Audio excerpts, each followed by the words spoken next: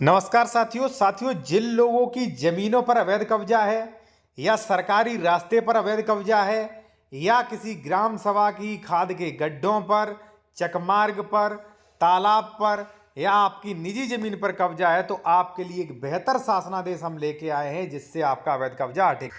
देखिए साथियों, यहाँ पे मैं आपको बताऊं, एक नोट्स में आपको दिखाने, अगर आपकी जमीन पे अवैध कब्जा है तो आप खुद कार्रवाइयां कर सकते हैं, एग्जीक्यूटिव कार्रवाइयां कर सकते हैं आप, ठीक है, जहां पे तत्काल कब्जा हटवाने की संभावना होती है। और अगर फिर रेगुलर सूट करना पड़ा उसमें जो है 4-5 साल भी लगती हैं और एडवोकेट की आवश्यकता पड़ती है।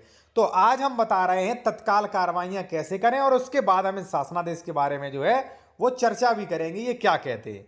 ठीक है साथियों, अब देखिए, जैसे आपकी जमीन पर कोई भी व्यक्ति विवाद कर रहा है, जबरन आपका कब्जा छीनना चाह रहा है, तो आप 164 165 में करें, ठीक है। और यहां पे अगर मान लीजिए कोई काफी दिनों से आपकी भूमि पर कब्जा किए तो 134, सह खातेदारक कब्जा किए तो 116 17 और 134 में करें, ठीक है।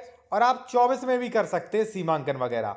देखिए, आप किसी भी स्टेट से हो, प्रोसेस लगभग सेम रहता है, ठीक है ना।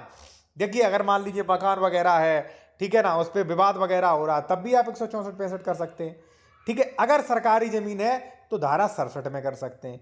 तो हमने कुछ कार्रवाइयां बताई कि कब क्या करेंगे, ठीक है। और देखिए, जिन लोगों ने हमारा ई बुक लिया है वो टॉपिक नंबर 10 उठा के देखें, सब कुछ आपको मिलेगा। और ये रहा हमारा ई बुक। आप चाहें, देखिए, जो भी लोग विशेषज्ञ द्वारा कानूनी सलाह लेना चाह रहे हैं, ठीक है, या आप ये ई बुक लेना चाह रहे हैं जानकारी के लिए, जैसे मान लीजिए स्टे कैसे लें, आदेश स्थगन, अवैध निर्माण कैसे रुकवाएं, प्रशासनिक दाखिल खारिज कैसे रुकवाएं, दाखिल खारिज कैंसिलेशन, रजिस्ट्री कैंसिलेशन, कब्जा हटवाने के लिए, सरकारी जमीन से कब्जा हटवाने की संशोधन वगैरह, ठीक है, यहाँ पे ड्राफ्टिंग वगैरह सारा कुछ आपको मिलेगा इसमें भर भर के, ठीक है ना। तो अगर आपको लेना है तो व्हाट्सएप नंबर रहा, ये हमारा जो है ये 390 फीस है। देखिए, तो पहले आपने क्या सीखा कि भाई साहब, अगर ये विवाद हो तो इन सेक्शन में आपको कार्रवाइयां करनी है, ठीक है। हालांकि जिन लोगों के पास ई बुक है, नीचे पूरा फॉर्मेट मिलेगा कि कैसे आप कार्रवाइयां बनाएं, ठीक है। अब हम बताते इसमें शासनादेश के बारे में। तो भाई, शासनादेश क्या कहता है वो आप सुने। विभिन्न विभागों द्वारा अतिक्रमण, अवैध कब्जों को हटवाने हेतु जारी नियम, अधिनियम, नियम, शासनादेश का विवरण।